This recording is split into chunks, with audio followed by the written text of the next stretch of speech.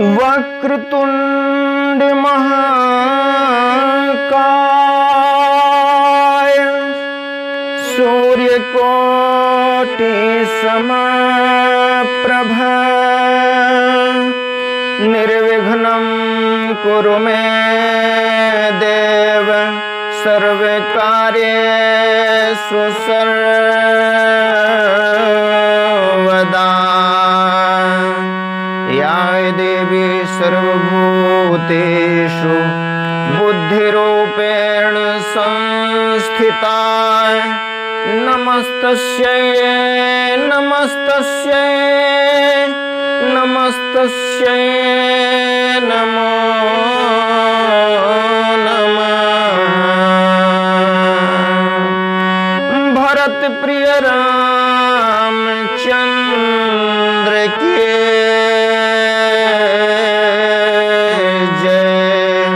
उमापति महादेव के जय। पवन सुत हनुमान के जय। परम आदरणीय श्रोतागण, सादर नमन। आशा करता हूँ आप स्वस्थ एवं प्रसन्न मुद्रा में होंगे।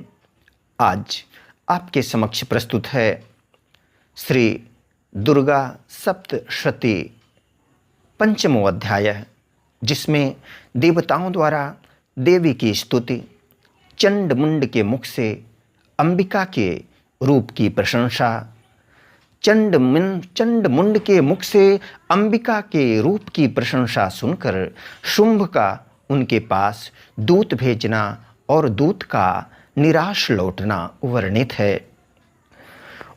ओम इस उत्तर चरित्र के रुद्र ऋषि हैं, महासरस्वती देवता हैं, अनुष्टुप छंद है, भीमा शक्ति है, भ्रामरी बीज है, सूर्य तत्व है और सामवेद स्वरूप है।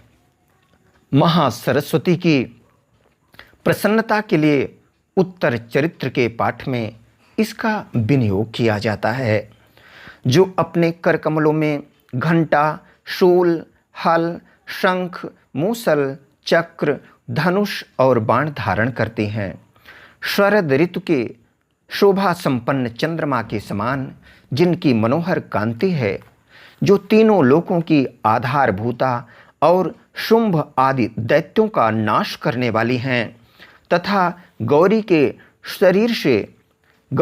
शरीर से जिनका प्राकट्य हुआ है, उन महासरस्वती देवी का मैं निरंतर भजन करता हूँ।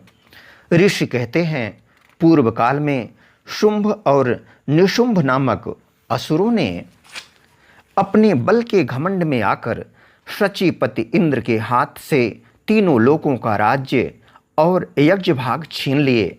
वे ही दोनों सूर्य, चंद्रमा, कुबेर, यम और वरुण के अधिकार का भी उपयोग करने लगे। वायु और अग्नि का कार्य भी वे ही करने लगे। उन दोनों ने सब देवताओं को अपमानित, राज्यभ्रष्ट, पराजित तथा अधिकारहीन करके स्वर्ग से निकाल दिया।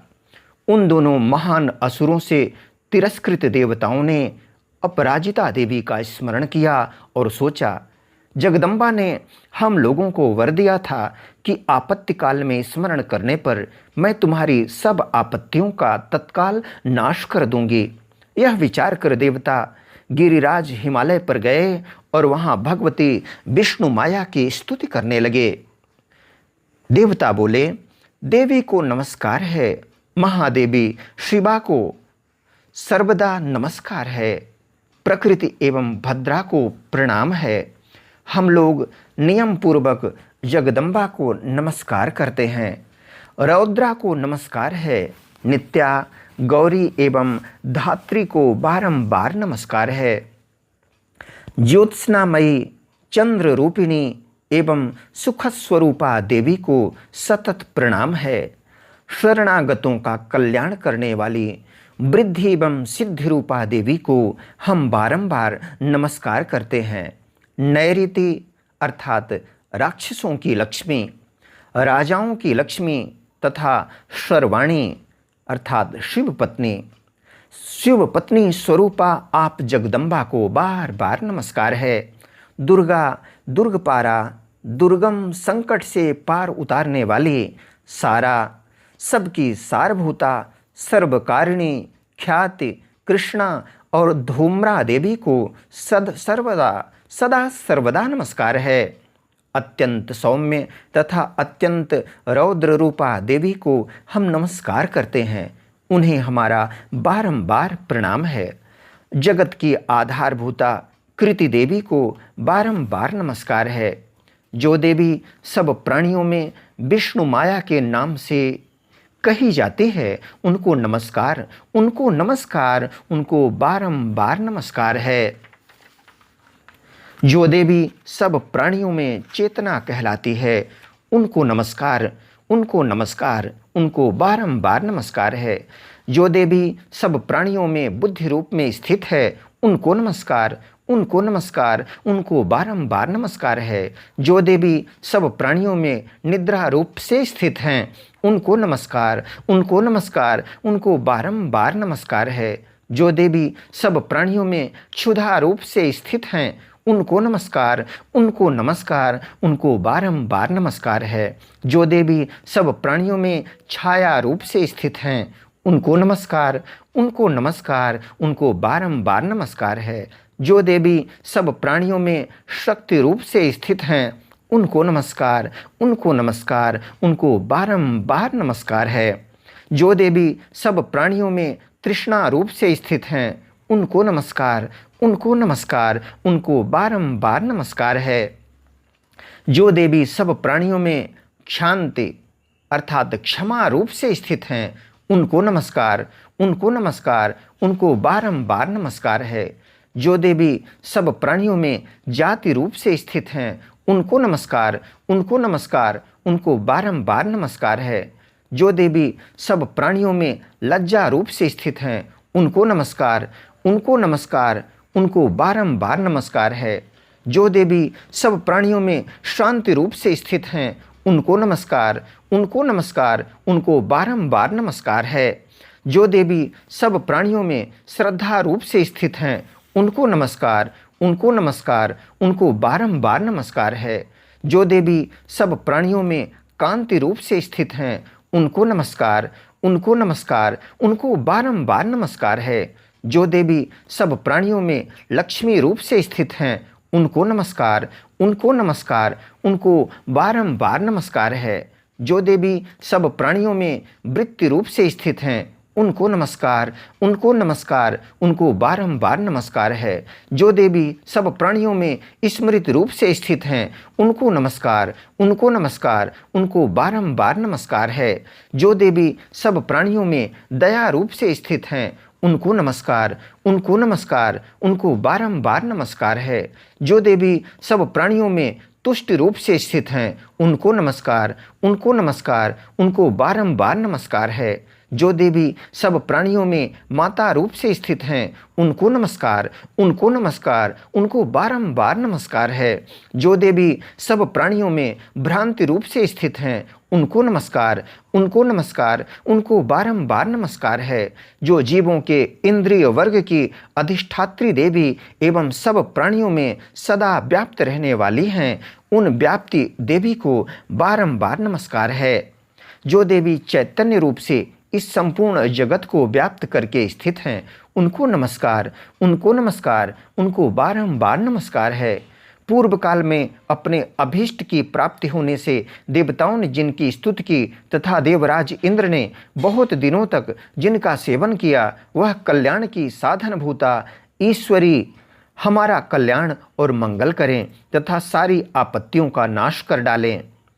उद्दंड दैत्यों से सताए हुए हम सभी देवता जिन परमेश्वरी को एक समय नमस्कार करते हैं तथा जो भक्ति से विनम्र पुरुषों द्वारा स्मरण की जाने पर तत्काल ही संपूर्ण विपत्तियों का नाश कर देती हैं, वे जगदम्बा हमारा संकट दूर करें। ऋषि कहते हैं, राजन, इस प्रकार जब देवता स्तुति कर रहे थे, उस समय पार्वती देवी गंगा जी के जल में स्नान करने के लिए वहां आई। उन सुंदर भौहों वाली भगवती ने देवताओं से पूछा, आप लोग यहाँ किसकी स्तुति करते हैं? तब उन्हीं के शरीर कोश से प्रकट हुई शिवा देवी बोली, शुंभ दैत्य से तिरस्कृत और युद्ध में निशुंभ से पराजित हो यहाँ एकत्रित हुए ये समस्त देवता यह मेरी ही स्तुति कर रहे हैं। पार्वती जी के शरीर कोश से अंबिका का प्रादुर्भाव हुआ था, इसलिए वे समस्त लोकों में कौशिकी कही जाती हैं। कौशिकी के प्रकट होने के बाद पार्वती देवी का शरीर काले रंग का हो गया, अतः वे हिमालय पर रहने वाली कालिका देवी के नाम से विख्यात हुई। तदनंतर शुंभ निशुंभ के भृत्य चंड मुंड वहाँ आए और उन्होंने परम मनोहर रूप धारण करने वाली अंबिका देवी को देखा। फिर वे शुंभ के पास जाकर बोले, महाराज, एक अत्यंत मनोहर स्त्री है जो अपनी दिव्य कांति से हिमालय को प्रकाशित कर रही है। वैसा उत्तम रूप कहीं किसी ने भी नहीं देखा होगा। असुरेश्वर, पता लगाइए वह देवी कौन है और उसे ले लीजिए।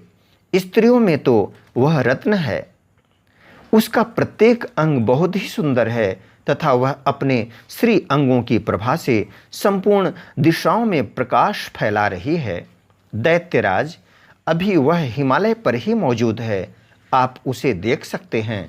प्रभु, तीनों लोकों में मणि, हाथी और घोड़े आदि जितने भी रत्न हैं वे सब इस समय आपके घर में शोभा पाते हैं। हाथियों में रत्नभूत ऐरावत, यह पारिजात का वृक्ष और यह उच्चैः श्रवा घोड़ा, यह सब आपने इंद्र से ले लिया है। हंसों से जुता हुआ यह विमान भी आपके आंगन में शोभा पाता है। यह रत्नभूत अद्भुत विमान जो पहले ब्रह्मा जी के पास था अब आपके यहाँ लाया गया है। यह महापद्म नामक निधि आप कुबेर से छीन लाए हैं।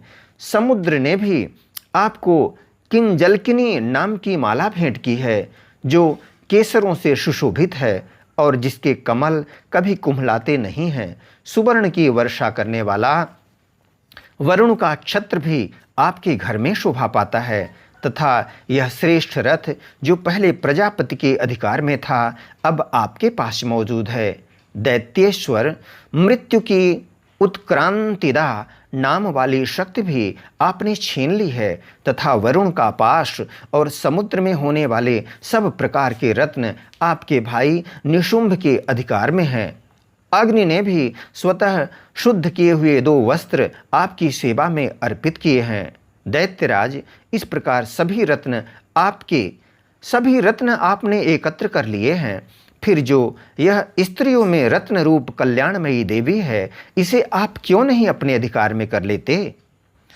ऋषि कहते हैं, चंड मुंड का यह वचन सुनकर शुंभ ने महादैत्य सुग्रीव को दूत बनाकर देवी के पास भेजा और कहा, तुम मेरी आज्ञा से उसके सामने ये बातें कहना और ऐसा उपाय करना जिससे प्रसन्न होकर वह शीघ्र ही यहाँ आ जाए।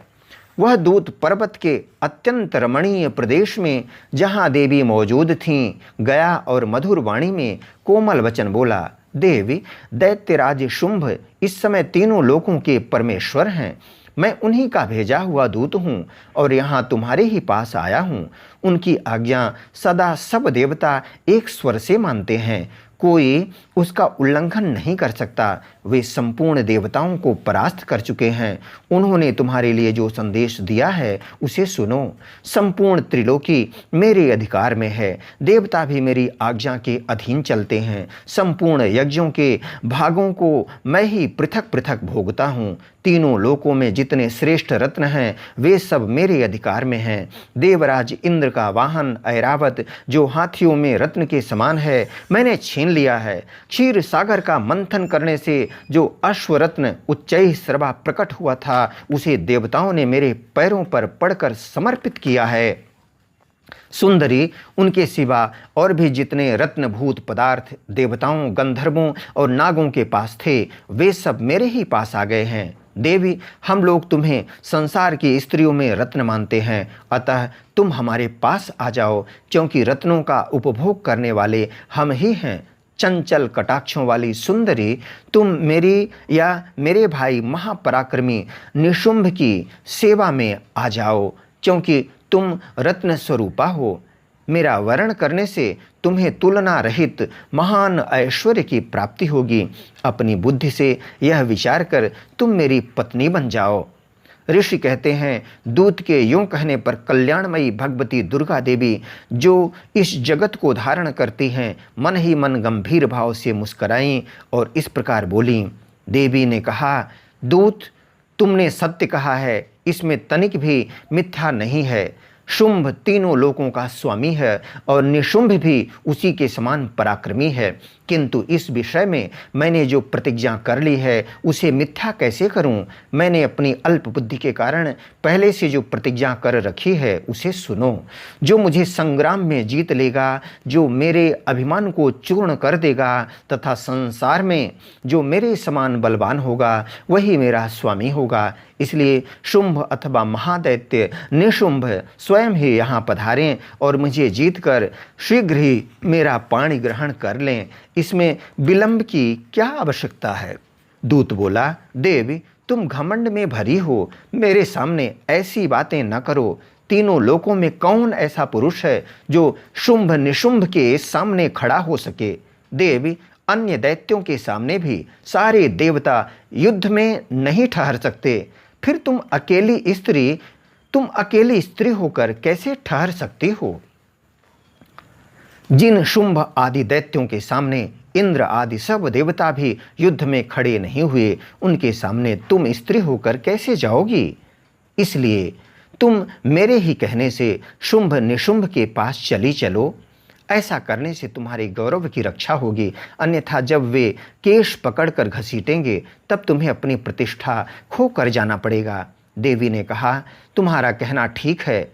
शुंभ बलवान हैं और निशुंभ भी बड़े पराक्रमी हैं, किंतु क्या करूं?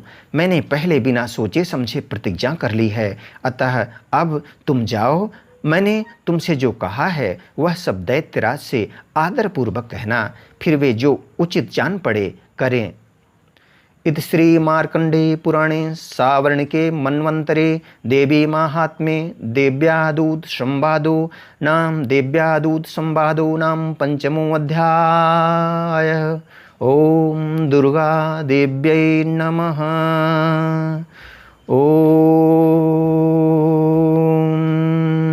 यदक्षरपदभ्रष्टं मात्राहीनं च यद् भवेत् तत्सर्वं क्षम्यतां देव, प्रसीद परमेश्वर।